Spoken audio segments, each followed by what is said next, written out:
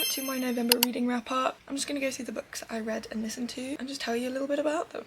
First of all, I read Fix Them Up by Maggie Grant. This is a really fun rom-com with female ADHD representation. Now this is important to me because I have ADHD and I haven't read a lot of representation or accurate representation. This felt weird to read in a really good way because I was reading thoughts from my FMC, which are the thoughts that I have up here. It made me feel seen in such a good way. I really loved Kat and Liam's banter. It didn't feel forced, it felt real, and it just made me giggle. I will say that Liam kind of gave love bombing, but he did build her dream house. We can kind of ignore it. I thought it was a really fun forced proximity, dislike to lovers, small town rom-com. I then finally bit the bullet and read, well, listened to Divine Rivals, the audiobook. Incredible. And when I say incredible, I mean the first like 80-90%. I feel like is where people are gonna disagree with me here, but I really didn't like the ending. Saying that, I still did rate this a 4.25 because it was beautiful. I love the rivals bit the best when they were working at the newspaper together. I then went straight on to something quite rogue, as I have only been reading romance and fantasy recently.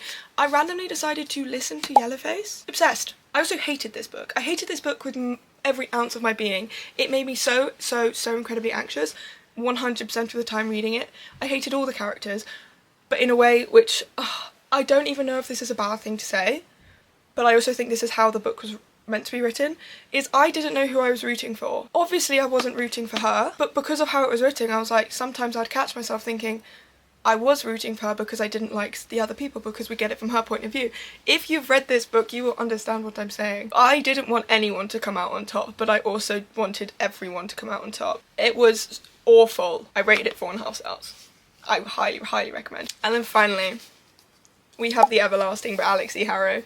I literally just finished this today. It is Sunday, the 30th of November. This is a standalone fantasy romance that is probably the most genius thing I've ever read. You start this book and you feel like you're halfway through a story already. You don't know how it's going to resolve itself and make any sense. And oh, it makes sense. Literally step by step, every single thing in this book is explained.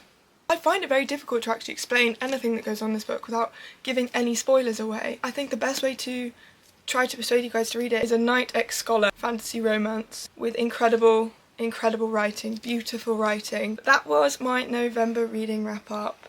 Let me know if you guys have read any of these, if you agree or disagree with my opinions, or just let me know what your favourite book of November was. Until next time, bye.